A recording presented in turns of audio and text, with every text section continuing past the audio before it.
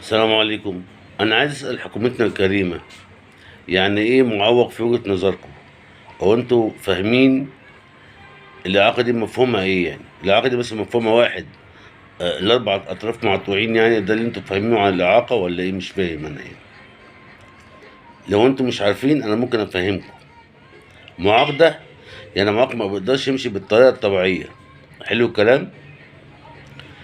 آه. يعني شخص عنده شلل في رجليه ده لابس جهاز، ده معاق. حلو الكلام؟ شخص عنده بتر، ده معاق. شخص عنده مثلا شلل إربي، ده معاق. اللي فاتوا دول واضحين يعني. تعالوا بقى نقول على الشلل الإربي ديت وضعها ايه. النهارده اللي انا شايف في اغلب الناس اللي بتيجي تكشف عندها شلل إربي، اللجنه بتسال الشخص تقول له ارفع ايديك لفوق. طبعا الشخص اصلا حتى لو رفع ايده فايده اصلا ضعيفه، ما يقدرش ولا يمسك بيها في اتوبيس ولا يشد بيها باب جامد ولا الحاجات دي كلها. يجي الشخص لو رفع ايديه، تمام، رغم ان كف ايده بيبقى ضعيف، تمام، يسقطوه. ازاي؟ انا كان جات لي حاله كف ايديها ده ملوش لازمه تقريبا يعني، مرخي كده ولا ما فيهوش اي مقاومه، تمام. عشان اول حاله ارفع ايدك فوق ورفعت ايديها سقطوها. انتوا بجد انتوا فاهمين العلاقه دي ازاي؟ انا مش فاهم يعني. الحاجه التانيه، اي شخص سليم دخل في موضوع حل موضوع عربيه المعوقين ديت، الله يكرمك، ما تاخدش رايك من دماغك لان انت سليم. انت ماشي بوضعك الطبيعي، رجليك الاتنين شغالين، ايديك الاتنين شغالين. لو مؤاخذة عندك عربيتك وعندك سواق فانت مش هتحس بالمعاق اصلا. اللي بيحصل دوت والله العظيم تهريج، اقسم بالله تهريج. الحاجة التانية، الحكومة مش باصة ان هي برضه بتستفاد من المعوقين في موضوع التقديمات على كشف العربيات في المجالس. ازاي مش باصين لكده؟ انت النهارده لو عندك 1000 واحد بيدفع 655 في اليوم، تقريبا كده بما يعادل 650 ألف جنيه في اليوم للدولة. احسبهم بقى كده على مدى الشهر واحسبهم على مدى السنة. ازاي مش حاسبين حاجة زي كده؟ الحاجة التانية، ليه مستهونين بالمعاقين دول كقوة بشرية؟ انت عندك النهارده المعاقين بمختلف الإعاقات يوصلوا حوالي من 15 ل 20 ألف، سوري، من 15 ل 20 مليون معاق على مستوى مصر. الشخص ده عايش لوحده؟ لا، معاه ابن، معاه زوجة، تمام. يعني انت هتيجي وقت الانتخابات مش هتلاقي الناس دي. طب ليه؟ انت ليه مش بتعاملهم ان هو بشر، ان هم بشر؟ الحاجة التانية، مفهوم العربية عند المعاق ده كبير قوي. ما انا بقول لكم اللي بيحط القوانين ديت ناس سليمة فمش حاسة ولا فاهمة. المعاق ده بالنسبة له العربية ديت هي رجليه اللي بيتحرك بيها فعلا. انتوا ما تعرفوش معاقين يعني معاناة المعاقين دي عاملة ازاي. المعاق دوت عشان ينزل يجيب حاجة من اول الشارع، والله يركب عربيته ويروح اول الشارع، ما بيقدروش يمشوا. الحاجة التانية، اللي عنده سقوط في القدم ده، هو ده برضه ماشي مرتاح؟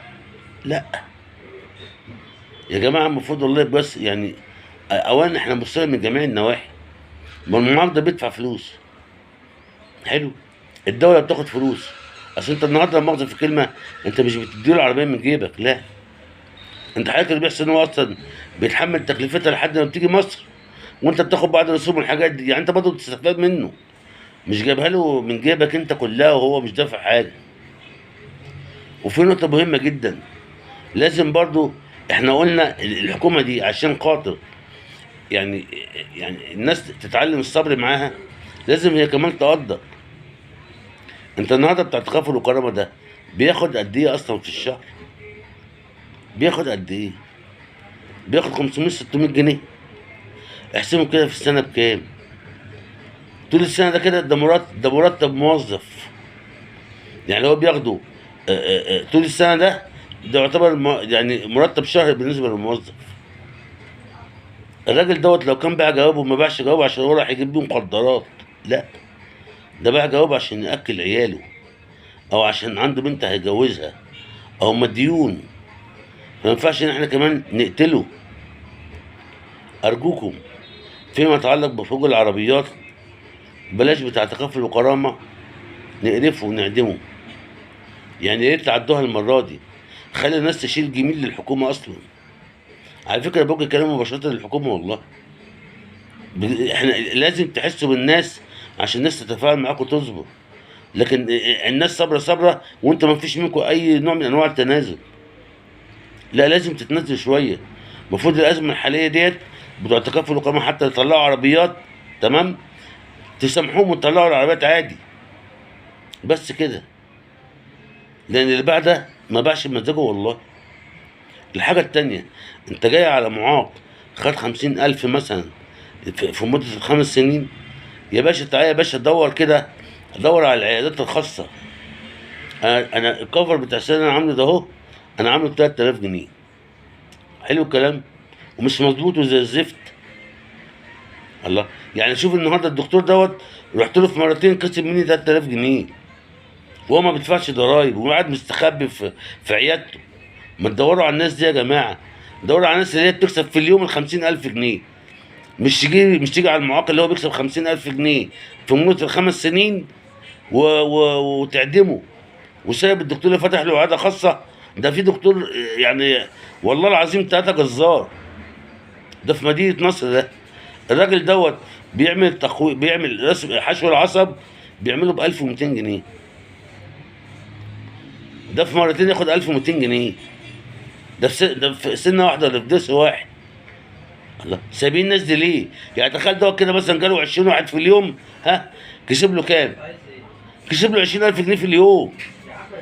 انتوا ما تدوروش على الغلابه وتعدموهم والحراميه تسيبوهم. لازم تعدلوا يا بيه الناس عشان الناس تقبل الضغط اللي انتوا عاملينه عليهم.